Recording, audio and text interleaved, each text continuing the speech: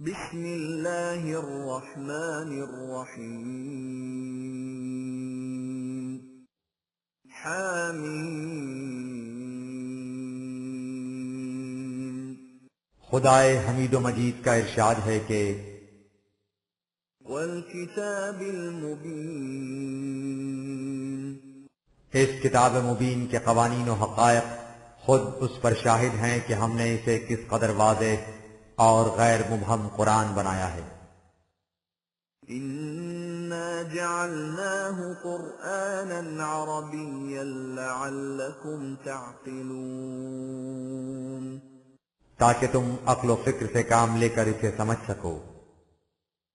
وَإِنَّهُ فِي أُمِّ الْكِتَابِ لَدَيْنَا لَعَلِيٌّ حَكِيمٌ۔ اس کا سرچشمہ ہمارا وہ علم ہے جو ہر قانون کی اصل بنیاد ہے، وہ بڑا ہی بلند مرتبہ اور مبنی بر حکمت ہے۔ أَفَنَضْرِبُ عَنكُمُ الذِّكْرَ صَفْحًا أَن كُنتُمْ قَوْمًا مُسْرِفِينَ۔ ان مخالفین سے پوچھو کہ کیا تم یہ سمجھتے ہو کہ تم حدود فراموش اور سرکش واقع ہوئے ہو، اس لیے ہم تم سے ڈر جائیں گے اور اس قرآن کے قوانین کو روک رکھیں گے، یا تمہاری خاطر تاریخی یادداشتوں کو تبدیل کر دیں گے، اور جو کچھ امم سابقہ کے ساتھ ہوا ہے تمہارے ساتھ نہیں ہوگا۔ وَكَمْ أَرْسَلْنَا مِن نَّبِيٍّ فِي الْأَوَّلِينَ، وہ تاریخی یادداشتیں یہ ہیں کہ ہم نے ان سے پہلی قوموں میں بھی کتنے ہی نبی بھیجے، وَمَا يَأْتِيهِم مِّن نَّبِيٍّ إِلَّا كَانُوا بِهِ يَسْتَهْزِئُونَ۔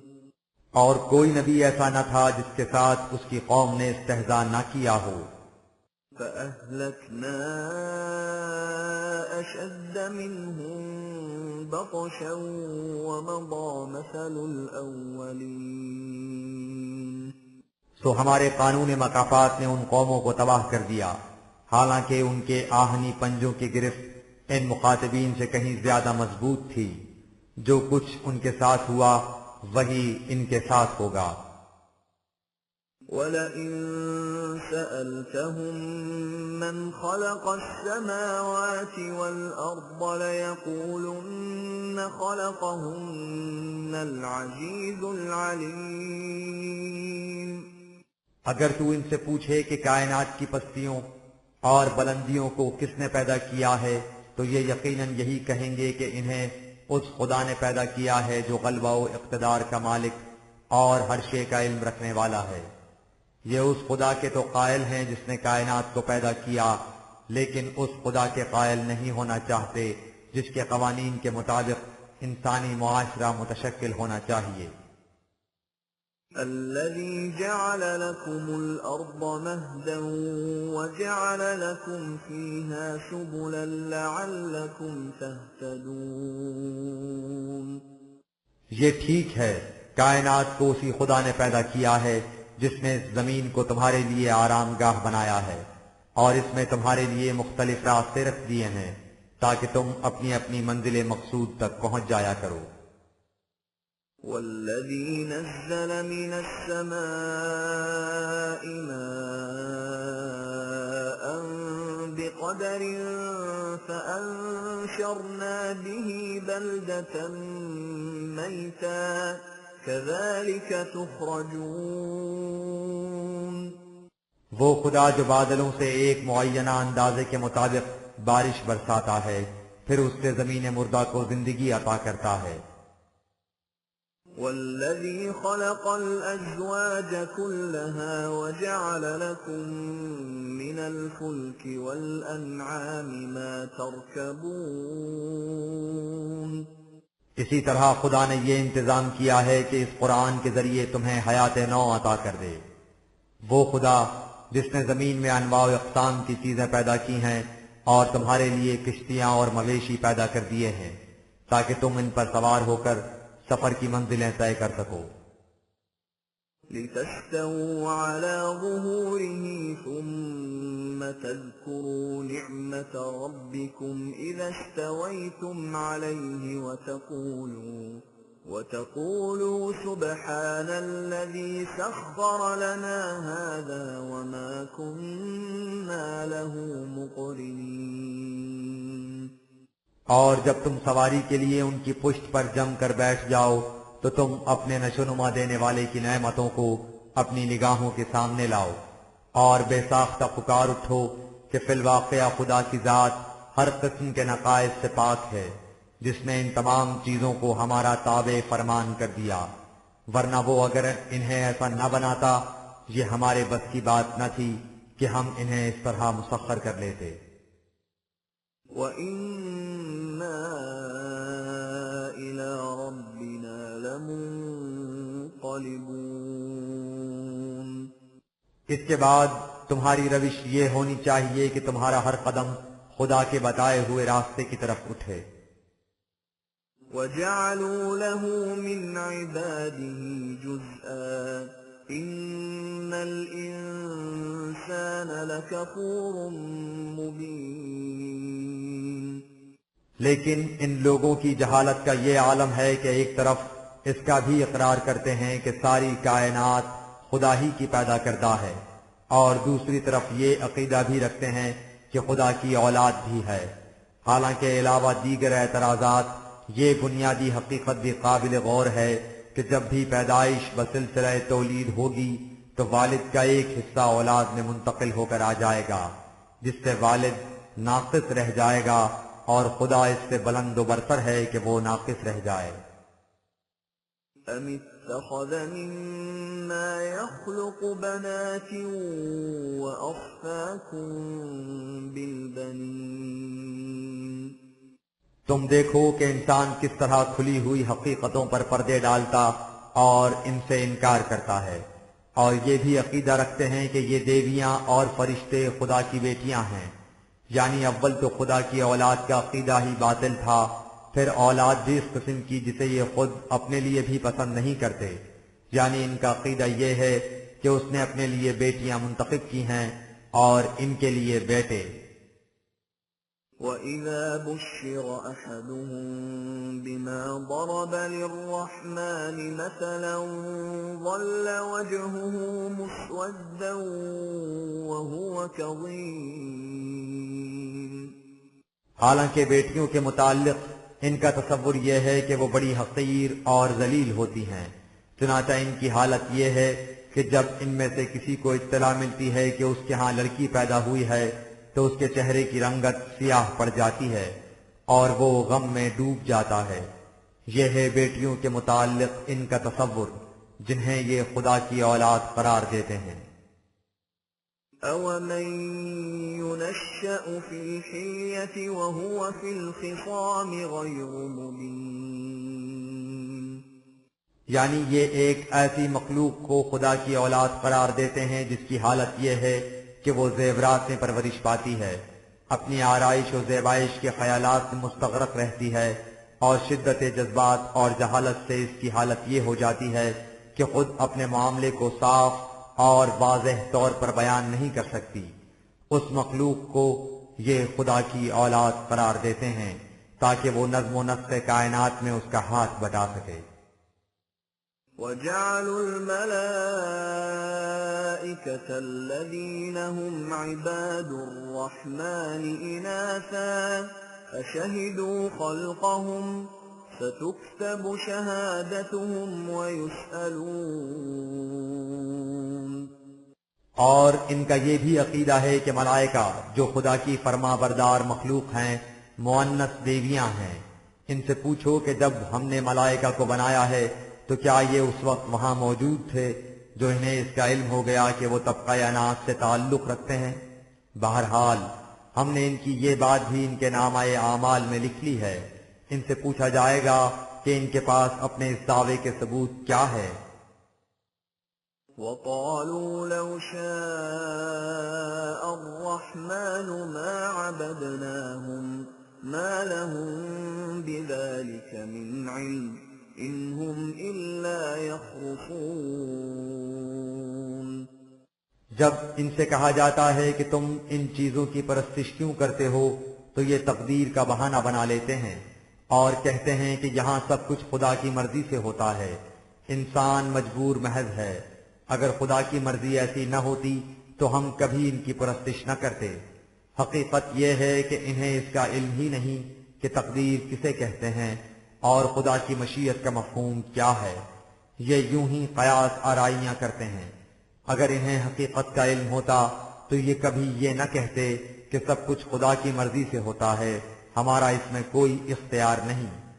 خدا نے انسان کو صاحب اختیار پیدا کیا ہے، یہ اپنے ہر عمل کا آپ ذمہ دار ہے۔ أَمْ آتَيْنَاهُمْ كِتَابًا مِّن قَبْلِهِ فَهُمْ بِهِ مُسْتَمْسِكُونَ ان کے پاس اپنے اس دعوے کی نہ کوئی علمی اور عقلی دلیل ہے اور نہ ہی یہ بات ہے کہ ہم نے اس سے پہلے ان کی طرف کوئی ایسی کتاب بھیجی تھی جس میں یہ کچھ لکھا تھا، اور اب یہ اس کتاب کے مطابق اپنے اس عقیدے پر جمے بیٹھے ہیں، لہذا تقدیر کا یہ عقیدہ انسانی علم و دانش اور آسمانی وحی دونوں کے خلاف ہے۔ بل قالوا إنا وجدنا آباءنا على أمة وإنا على آثارهم مهتدون ان کے پاس اپنے اس عقیدے کی سند اور دلیل ہے تو بس اتنی کہ ہم نے اپنے اسلاف کو اس روش پر چلتے دیکھا ہے اور ہم انہی کے نقش قدم پر چلے جا رہے ہیں، یعنی یہ عقائد ہم نے اپنے اسلاف سے وراثت میں پائے ہیں، اس لیے ہم انہیں صحیح سمجھتے ہیں۔ کس قدر کمزور ہے یہ دلیل اور کس قدر باطل ہے یہ مسلک۔ وَكَذَلِكَ مَا أَرْسَلْنَا مِن قَبْلِكَ فِي قَرْيَةٍ مِّن نَّذِيرٍ إِلَّا قَالَ مُتْرَفُوهَا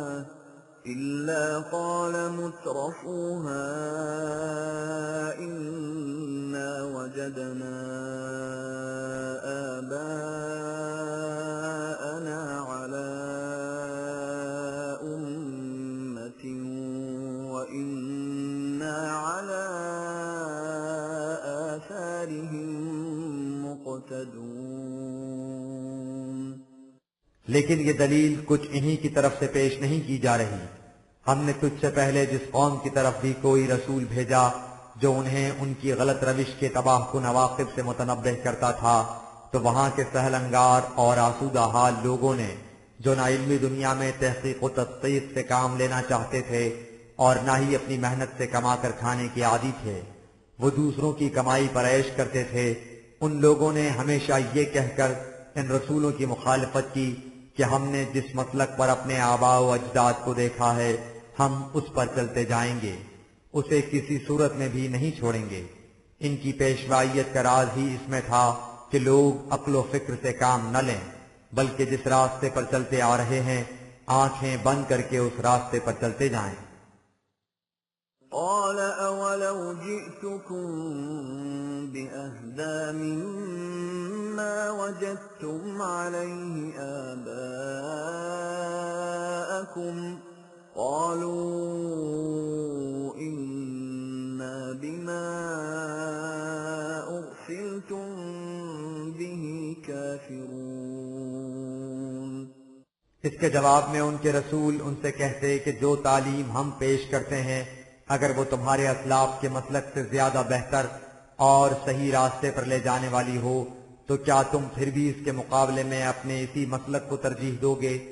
اس کے جواب میں وہ کہتے کہ ہم کچھ سننے کے لیے تیار نہیں، تم جو کچھ بھی کہتے ہو ہم اس سے انکار کرتے ہیں، ہم اپنے اسلاف کے مسلک کے خلاف نہ کچھ سننا چاہتے ہیں اور نہ ہی اسے چھوڑنے کے لیے تیار ہیں۔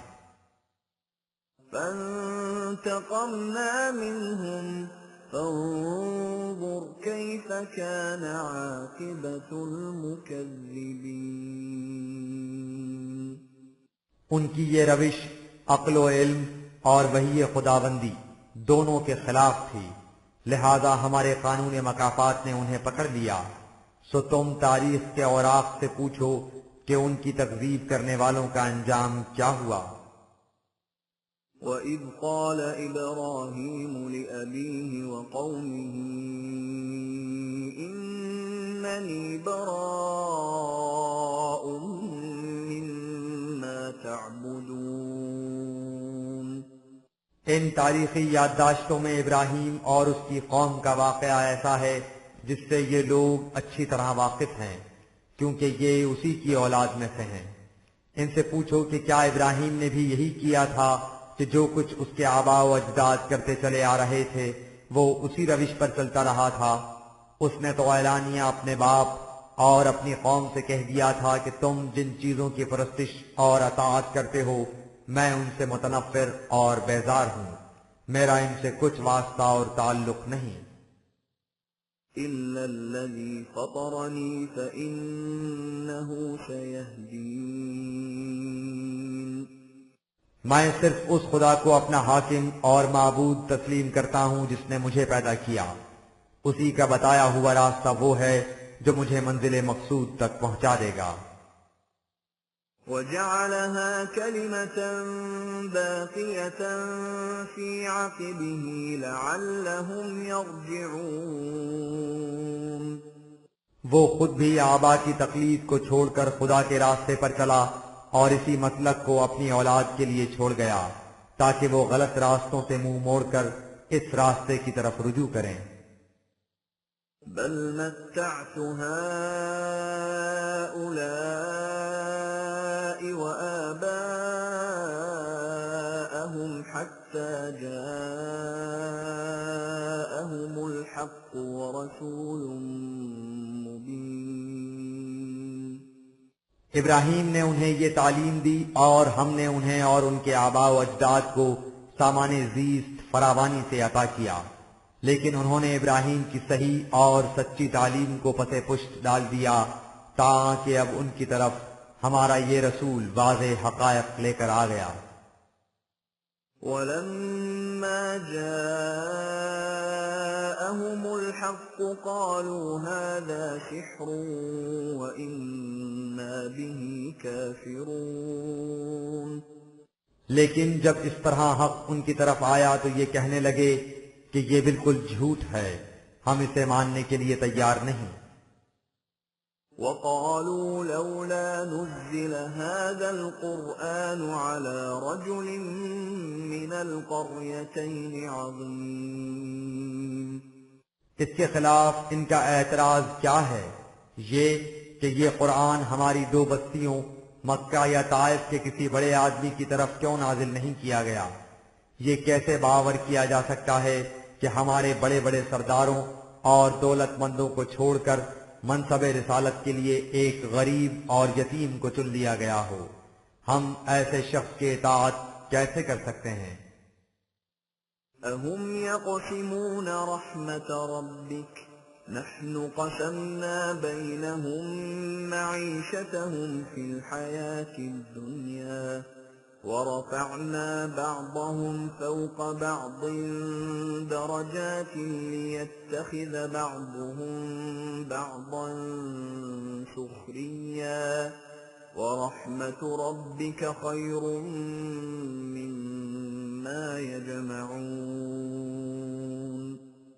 اچھا، تو گویا یہ لوگ چاہتے ہیں کہ نبوت جیسی چیز بھی جو خالصتاً خدا کی رحمت اور محبت ہے ان کے معیار کے مطابق بانٹی جایا کرے، حالانکہ واقعہ یہ ہے کہ نبوت تو بہت بڑی چیز ہے، دنیاوی زندگی کی معیشت بھی ان کے معیاروں کے مطابق تقسیم نہیں ہوتی۔ اکتساب رزق کی بنیادی استعداد اور صلاحیت مختلف افراد میں مختلف ہوتی ہے اور اسی لیے ہر ایک کی کمائی میں فرق ہوتا ہے۔ استعدادوں کا یہ فرق اس لیے رکھا گیا ہے کہ معاشرے میں مختلف کام ہوتے ہیں جن کے لیے مختلف قسم کی صلاحیتوں کی ضرورت ہوتی ہے۔ انسانی زندگی کا اجتماعی کاروبار اسی طریق سے چلتا ہے، لیکن اس سے تکریم انسانیت پر کوئی فرق نہیں پڑتا۔ سو جب اکتساب رزق کی بنیادی صلاحیت و استعداد کی یہ کیفیت ہے کہ وہ افراد کی اپنی پیدا کردہ نہیں ہوتی، خدا کی عطا کردہ ہوتی ہے، تو نبوت جیسی موہبت عظما جو دنیاوی مال و متاع سے کہیں زیادہ بلند مرتبت ہے، لوگوں کے معیار کے مطابق کس طرح مل سکتی ہے؟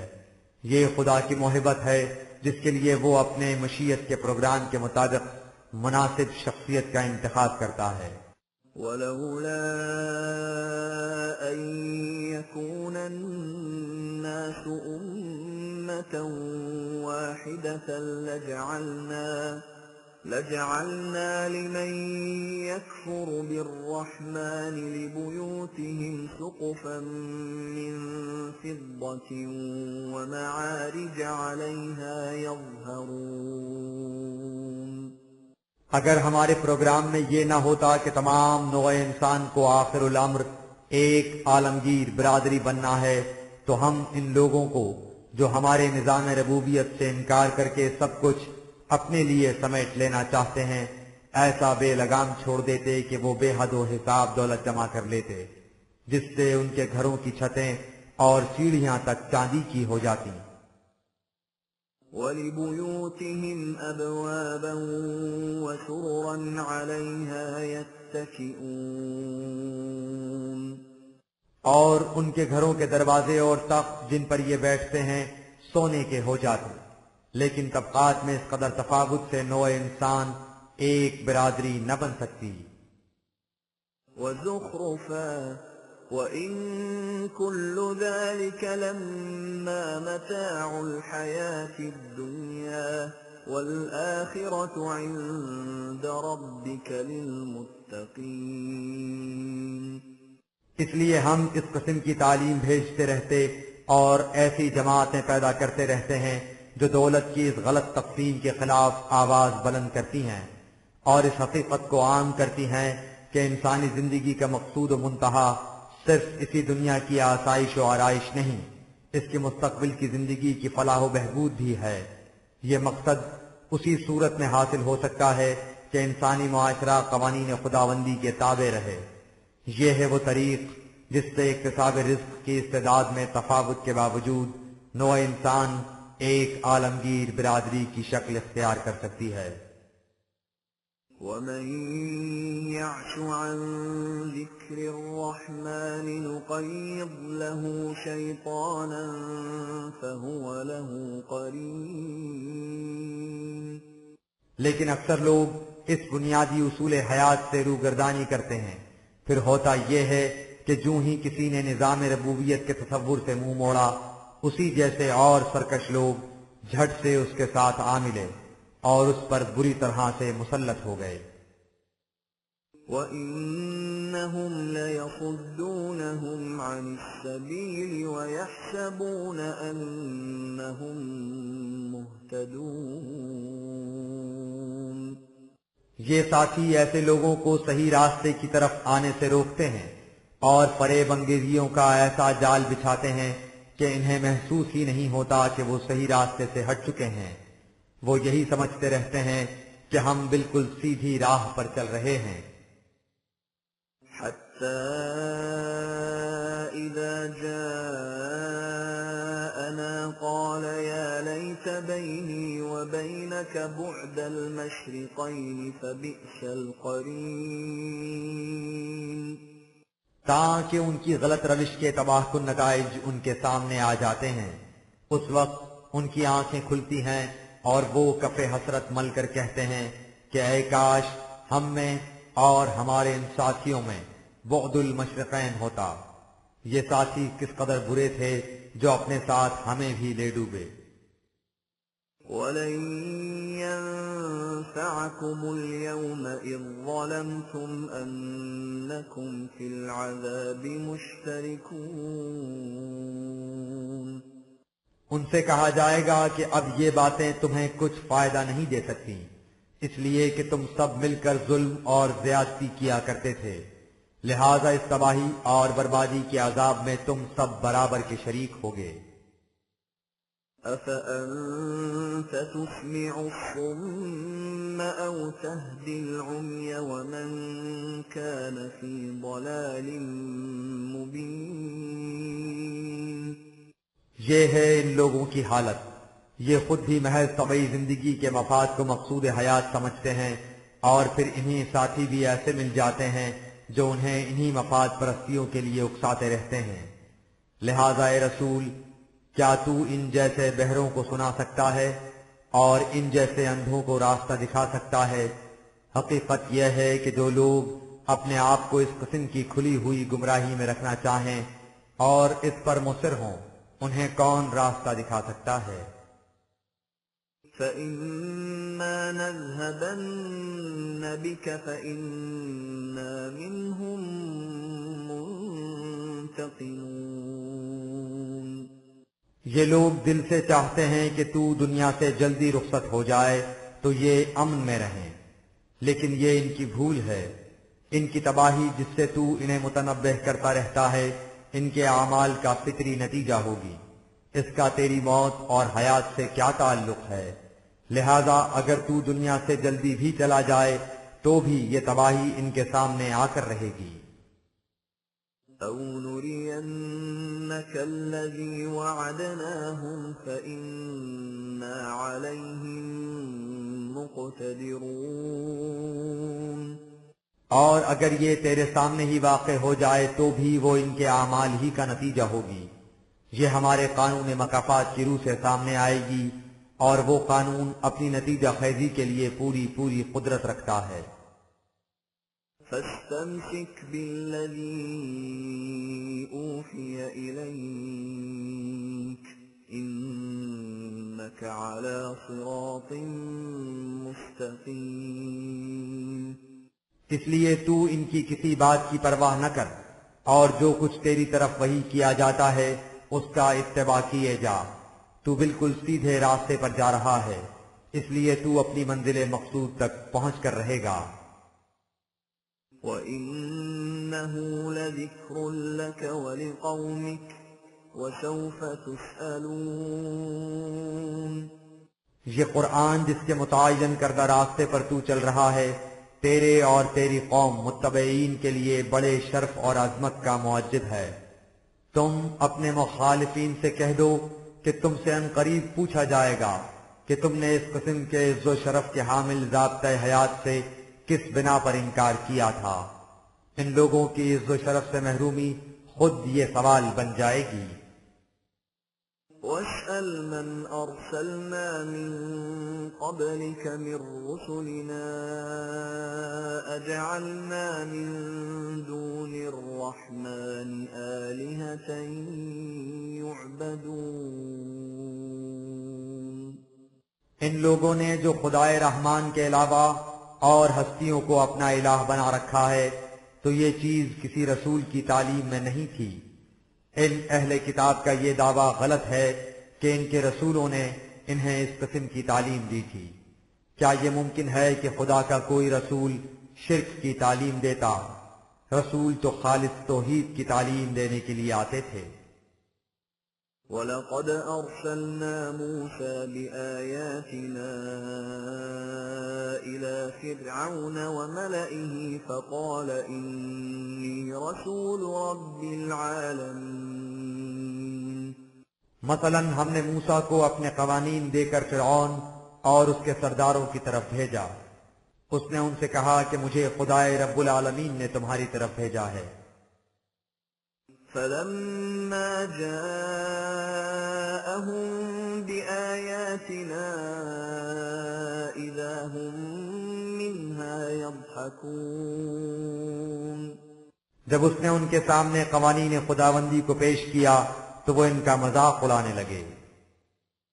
وَمَا نُرِيهِم مِّنْ آيَةٍ إِلَّا هِيَ أَكْبَرُ مِنْ أُخْتِهَا وَأَخَذْنَاهُم بِالْعَذَابِ لَعَلَّهُمْ يَرْجِعُونَ اور ہم انہیں مختلف قسموں کے عذاب میں بھی مبتلا کرتے رہے تاکہ وہ اپنی سرکشی سے باز آ جائیں۔ یہ عذاب پے در پہ مختلف شکلوں میں ان پر اس طرح آتا رہا کہ بعد میں آنے والا عذاب پہلے سے بھی زیادہ سخت ہوتا۔ وقالوا يا أيها الساحر ادع لنا ربك بما عهد عندك إننا لمهتدون۔ جب ان پر عذاب آتا تو وہ موسیٰ سے کہتے کہ ہم تجھے بہت بڑا مذہبی پیشوا سمجھتے ہیں، تیرے رب نے جو تجھ سے یہ وعدہ کر رکھا ہے کہ ہم اگر صحیح راستہ اختیار کر لیں تو ہم سے عذاب ٹل جائے گا، تو تو اپنے رب سے دعا کر کہ یہ عذاب ہم سے ٹل جائے، اگر یہ ٹل گیا تو ہم ضرور سیدھی راہ اختیار کر لیں گے۔ فلما كشفنا عنهم العذاب إذا هم ينكثون۔ اور جب ان سے عذاب ٹل جاتا تو وہ پھر عہد شکنی کرنے لگ جاتے۔ ونادى فرعون في قومه قال يا قوم أليس لي ملك مصر وهذه الأنهار تجري من تحتي أفلا تبصرون۔ فرعون اس انقلابی تحریک کے بڑھتے ہوئے اثرات سے اس قدر خائف تھا کہ وہ ملک میں اس قسم کے اعلانات کرتا رہتا تھا کہ اے میری قوم، کیا میں مملکت مصر کا مالک نہیں ہوں؟ کیا یہ نہریں جو میرے انتظام کے ماتحت جاری ہیں اور جن پر تمہاری معیشت کا دار و مدار ہے میری نہیں ہیں؟ کیا تم ان باتوں پر غور نہیں کرتے؟ أم أنا خير من هذا الذي هو مهين ولا يكاد يبين۔ کیا تم اتنا بھی نہیں سمجھتے کہ میں اس شخص کے مقابلے میں کس قدر بہتر اور برتر ہوں جو ہماری محکوم قوم کا ایک فرد ہے، اس لیے نہایت پست اور کمزور، پھر یہ ایسا دہقانی اور گنوار ہے کہ اسے کھل کر بات کرنے کا بھی طریقہ نہیں آتا۔ فلولا ألقي عليه أسورة من ذهب أو جاء معه الملائكة مقترنين۔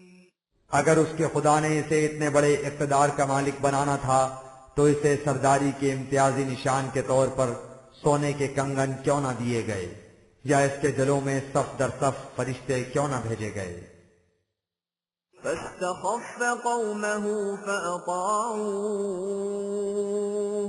إنهم كانوا قوما فاسقين۔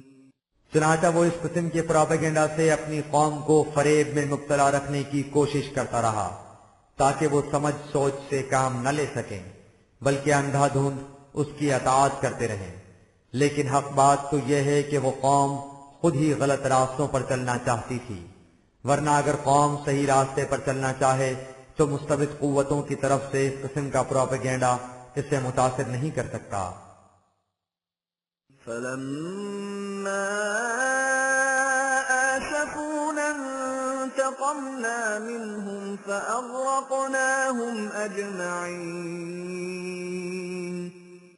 سو جب ان کی سرکشی انتہا تک پہنچ گئی اور ان کی تباہی کا وقت آ گیا تو ہم نے ان سب کو غرق کر دیا۔ فجعلناهم سلفا ومثلا للآخرين۔ اور وہ ایک زندہ قوم کے بجائے داستان پارینہ بن گئے جو آنے والوں کے لیے ایک عبرتناک نظیر کے طور پر بیان ہوتی ہے۔ ولما ضرب ابن مريم مثلا إذا قومك منه يصدون۔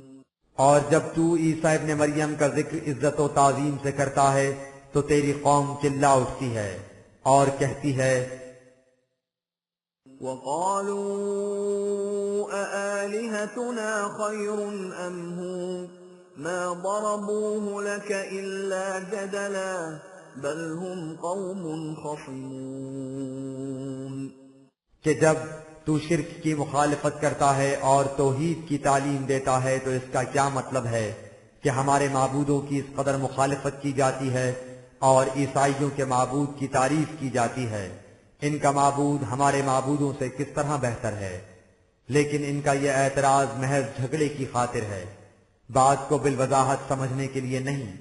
یہ لوگ ہیں ہی بڑے جھگڑالو، ورنہ یہ اچھی طرح جانتے ہیں کہ تو عیسائیوں کے شرک کی بھی اسی طرح مذمت کرتا ہے جس طرح ان کے شرک کی، اور تعظیم خدا کے رسول عیسیٰ کی کرتا ہے جس نے توحید کی تعلیم دی تھی۔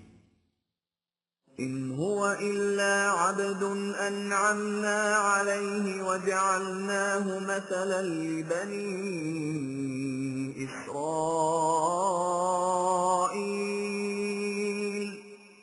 عیسیٰ ہمارا ایسا بندہ تھا جسے ہم نے وحی کی نعمت سے نوازا تھا اور اسے بنی اسرائیل کے لیے سیرت و کردار کا مثالی نمونہ بنایا تھا۔ وَلَوْ نَشَاءُ لَجَعَلْنَا مِنكُم مَّلَائِكَةً فِي الْأَرْضِ يَخْلُفُونَ۔ لیکن مشرکین عرب کے اس اعتراض سے قطع نظر عیسیٰ کے متعلق خود اس کے متبعین نے بھی تو کچھ کم قابل اعتراض اعتقادات وضع نہیں کر رکھے۔ ان کا عقیدہ یہ ہے کہ جنت میں وہی شخص جا سکتا ہے جو فرشتوں کی طرح معصوم ہو، لیکن اپنے اعمال کے ذریعے کوئی شخص ایسا نہیں ہو سکتا۔ یہ اسی طرح ممکن ہے کہ انسان مسیح کے کفارے پر ایمان لائے، اس ایمان سے انسان کے سب گناہ جھڑ جاتے ہیں اور وہ فرشتوں کی طرح معصوم ہو جاتا ہے۔ ان سے کہو کہ اگر انسانوں کو اس طرح فرشتے بنانا مقصود ہوتا تو ہم تمہاری جگہ زمین پر فرشتے ہی کیوں نہ بسا دیتے۔ وَإِنَّهُ لَعِلْمٌ لِلسَّاعَةِ فَلَا تَمْتَرُنَّ بِهَا وَاتَّبِعُونِ هَذَا صِرَاطٌ مُسْتَقِيمٌ۔ جیسا کہ اوپر کہا جا چکا ہے، عیسیٰ خدا کا پیغمبر تھا، اور اس انقلاب عظیم کی نشانی کہ اب سلسلہ نبوت شاخ اسرائیل سے منقطع ہو کر شاخ اسماعیل کی طرف منتقل ہو جائے گا، جس میں خدا کا آخری نبی اس کا آخری پیغام لے کر آئے گا۔ چنانچہ وہ انقلاب اب آ گیا ہے، لہذا تم بنی اسرائیل سے کہہ دو کہ تم اس کی بابت کسی قسم کا شک و شبہ مت کرو اور میرا اتباع کرو، یہی زندگی کی سیدھی اور توازن بدوش راہ ہے۔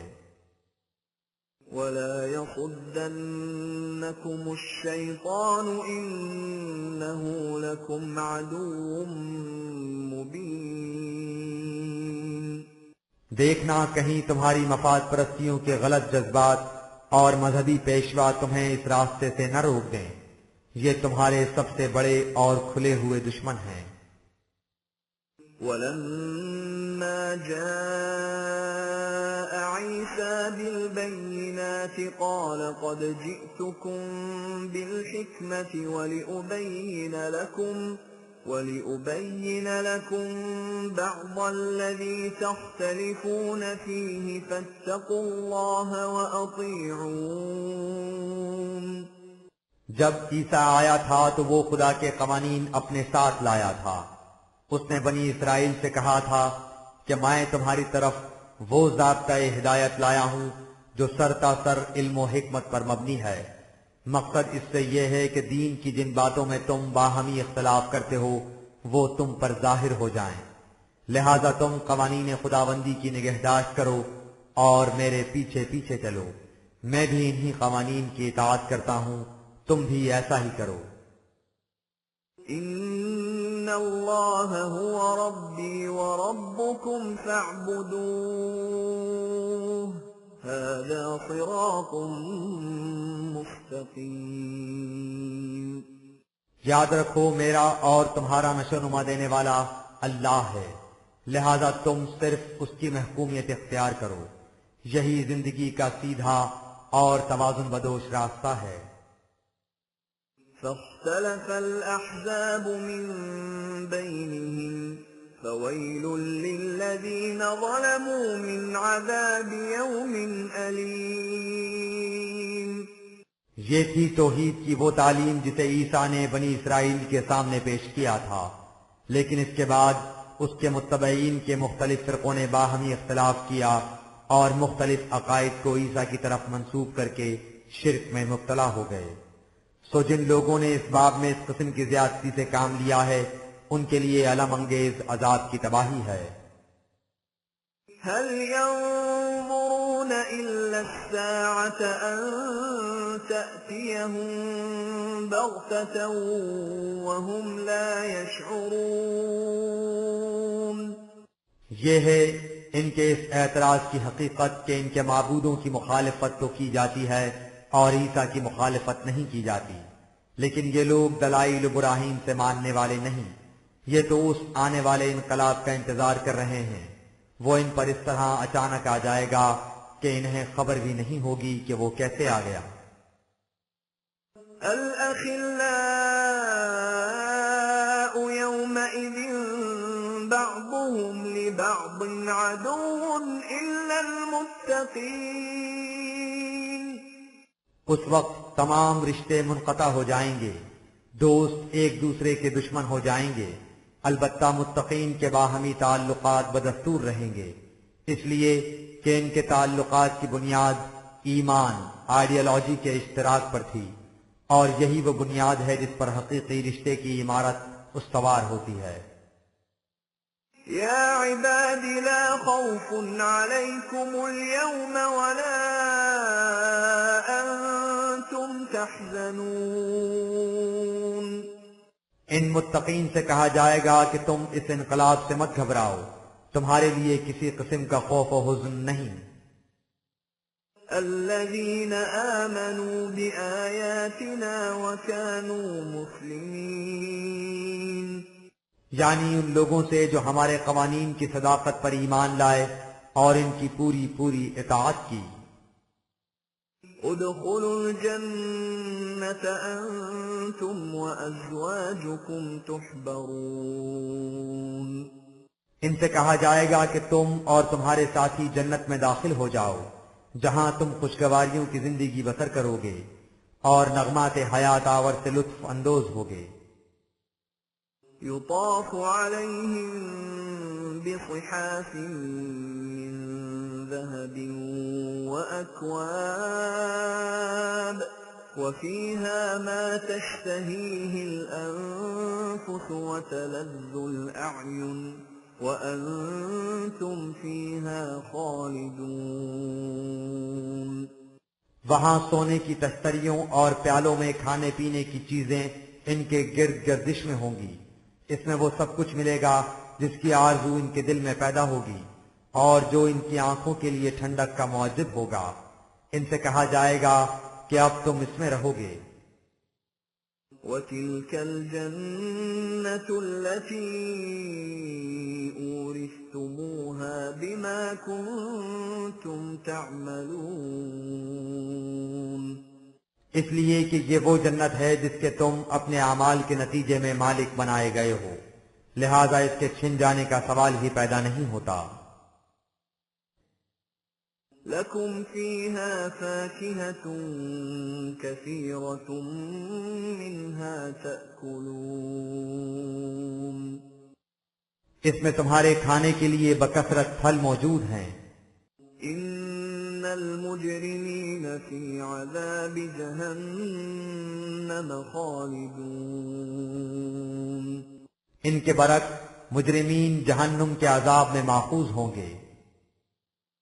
لا يفتر عنهم وهم فيه مبلسون۔ اس عذاب کی شدت میں قطعاً تخفیف نہیں ہوگی اور ان پر یکسر مایوسی چھا جائے گی، یہ عذاب کی شدید ترین صورت ہے۔ وما ظلمناهم ولكن كانوا هم الظالمين۔ یاد رہے کہ اس میں ان پر کسی قسم کی زیادتی نہیں ہوگی، یہ اس ظلم اور زیادتی کا نتیجہ ہوگا جو انہوں نے خود اپنے اوپر کی تھی۔ ونادوا يا مالك ليقض علينا ربك قال إنكم ماكثون۔ وہ عذاب کی شدت سے چلائیں گے اور جہنم کے نگہبان مالک سے کہیں گے کہ تم اپنے رب سے درخواست کرو کہ وہ ہمارا کام تمام کر دے تاکہ اس عذاب سے چھٹکارا مل جائے۔ لیکن ان سے کہا جائے گا کہ یہاں موت نہیں آ سکتی، تمہیں یہیں رہنا ہوگا اور اسی طرح عذاب بھگتنا ہوگا۔ لقد جئناكم بالحق ولكن أكثركم للحق كارهون۔ خدا ان سے کہے گا کہ ہم نے تمہاری طرف اس ضابطۂ حیات کو بھیجا جو یکسر حق و صداقت پر مبنی تھا، لیکن تم میں سے اکثر نے اس حق کو ناپسند کیا اور اس کی مخالفت کی۔ یہ عذاب اسی کا فطری نتیجہ ہے۔ أَمْ أَبْرَمُوا أَمْرًا فَإِنَّا مُبْرِمُونَ۔ اے رسول، ان مخالفین نے تمہاری مخالفت کی تمام تدبیروں کو اپنی طاقت کے مطابق بہت مستحکم کر لیا ہے، اس کے جواب میں ہم نے بھی اپنی تدبیروں کو مستحکم بنا رکھا ہے۔ أَمْ يَحْسَبُونَ أَنَّا لَا نَسْمَعُ سِرَّهُمْ وَنَجْوَاهُمْ بَلَى وَرُسُلُنَا لَدَيْهِمْ يَكْتُبُونَ۔ ان کا خیال ہے کہ یہ جو خفیہ سازشیں کرتے ہیں ہم ان سے بالکل بے خبر ہیں، ہم ان کے پوشیدہ مشوروں کو سن نہیں سکتے۔ ان کا یہ خیال غلط ہے، ہمارے فرستادہ ہر وقت ان کے ساتھ رہتے ہیں اور ان کی مثل مرتب کرتے جاتے ہیں۔ قُلْ إِن كَانَ لِلرَّحْمَنِ وَلَدٌ فَأَنَا أَوَّلُ الْعَابِدِينَ۔ ان سے کہہ دو کہ اگر جیسا کہ ان کا خیال ہے خدائے رحمان ایسا بھی ہو سکتا ہے جس کے بیٹے بیٹیاں ہوں، تو تم ایسے خدا کو خدا مان سکتے ہو، میں تو سب سے پہلا شخص ہوں گا جو ایسے خدا سے بیزاری اور نفرت کا اعلان کر دے۔ سبحان رب السماوات والأرض رب العرش عما يصفون۔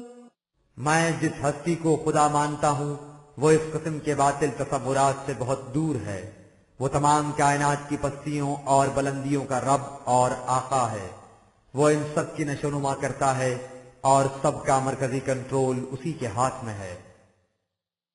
فَذَرْهُمْ يَخُوضُوا وَيَلْعَبُوا حَتَّى يُلَاقُوا يَوْمَهُمُ الَّذِي يُوعَدُونَ۔ بہرحال ان لوگوں کو اچھی طرح سے سمجھایا جا چکا ہے، اگر یہ اب بھی اپنے باطل خیالات سے باز نہیں آتے تو انہیں ان کے حال پر چھوڑ دو کہ یہ اپنی اس قسم کی لغو باتوں اور بےمانی حرکتوں میں الجھے رہیں تاکہ ظہور نتائج کا وہ وقت ان کے سامنے آ جائے جس سے انہیں متنبہ کیا جاتا ہے۔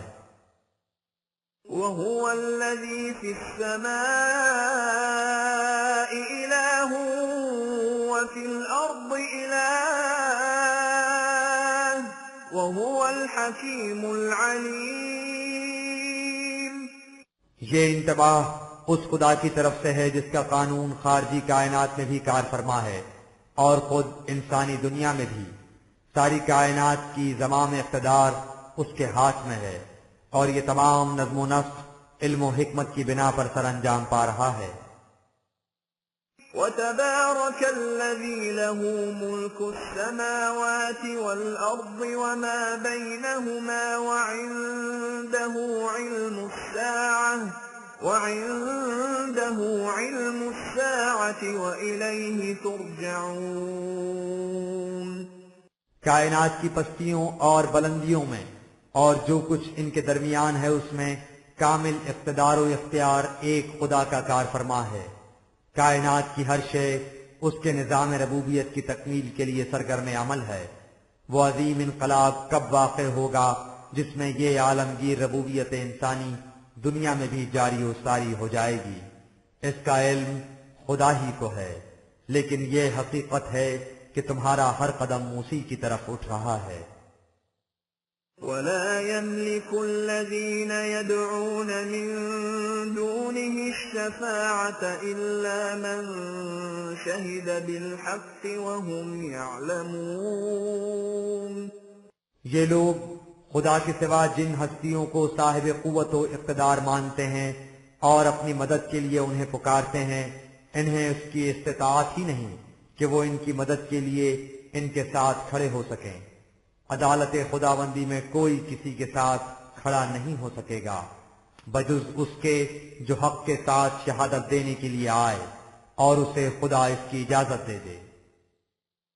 وَلَئِن سَأَلْتَهُم مَّنْ خَلَقَهُمْ لَيَقُولُنَّ اللَّهُ فَأَنَّىٰ يُؤْفَكُونَ۔ پھر طرفہ تماشا یہ ہے کہ اگر تم ان سے پوچھو کہ اس کائنات کو اور خود انہیں کس نے پیدا کیا ہے تو یہ اقرار کریں گے کہ ایسا خدا ہی نے، تو ان سے پوچھو کہ پھر تم کدھر الٹے جا رہے ہو، اسی خدا کے قانون کی طرف کیوں نہیں آتے؟